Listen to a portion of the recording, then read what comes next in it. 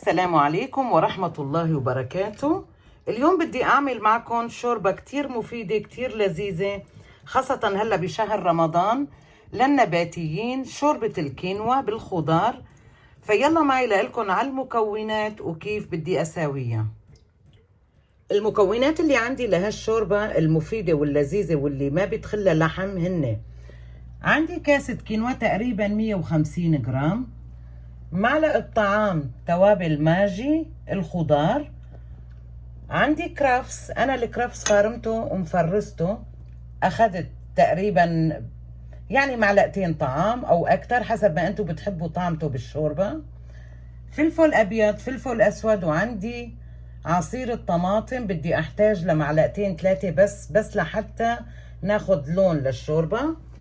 والخضار اللي بحتاجهم لهالشوربة هن قطعتين من القرنبيط، أخذت قطعتين بس بكفي.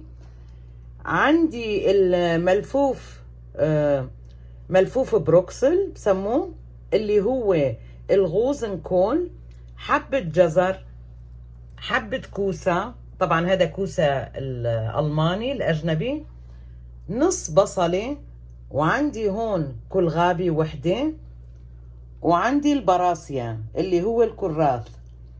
هي كل الخضار اللي بدي احتاجها، فقبل كل شي رح افرمهم وبتشوفوا كيف بدي اساويها.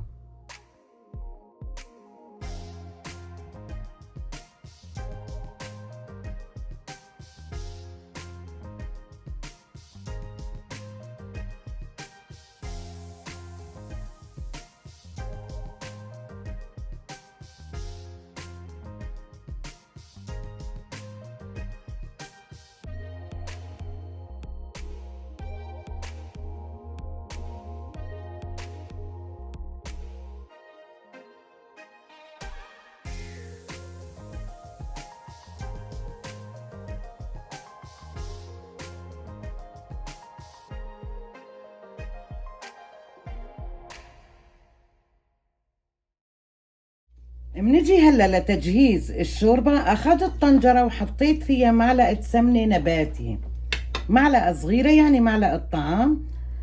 فرح اشعل تحت السمنة، وقبل ما تذوب طبعا رح احط النص بصلة اللي قلت لكم عليها، وبدي اقليها بس شوي بس لتتشرب طعمة السمنة، لحتى اقلي الخضار اللي فرمتها كلها مع السمنة.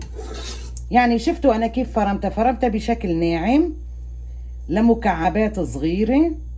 فهلا بس تدوب معنا السمنة بدنا نحط الخضار كمان. هلا البصل تقلى معنا شوي، فرح احط الخضار كلها فوق السمنة والبصل، وبدي احركهم شوي وازيد التوابل عليهم. هلا بعد ما تقلوا تقريبا دقيقة مع السمنة والبصل، رح احط توابل الماجي وشوية فلفل اسود وشوية فلفل ابيض، والملح بدي اعيفه هلا، ما بنكتر فلفل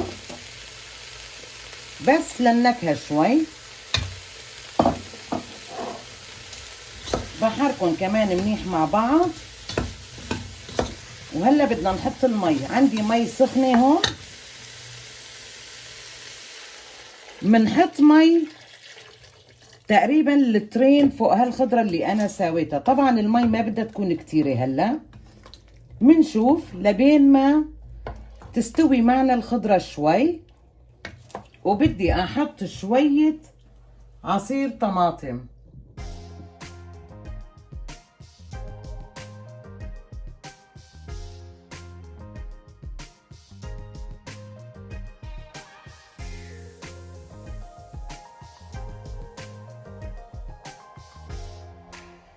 نار هادية، الخضرة استوت عنا وطبعا ما اهترت كتير، انا هيك بدي اياها قطع تكون شايفين كيف هيك.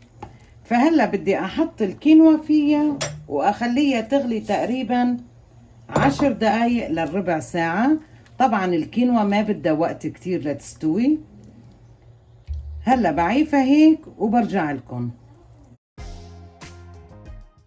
وهلا هون بعد تقريبا ربع ساعة الكينوا استوت بقلب الشوربة. شوفوا ما شاء الله، عن جد روعة.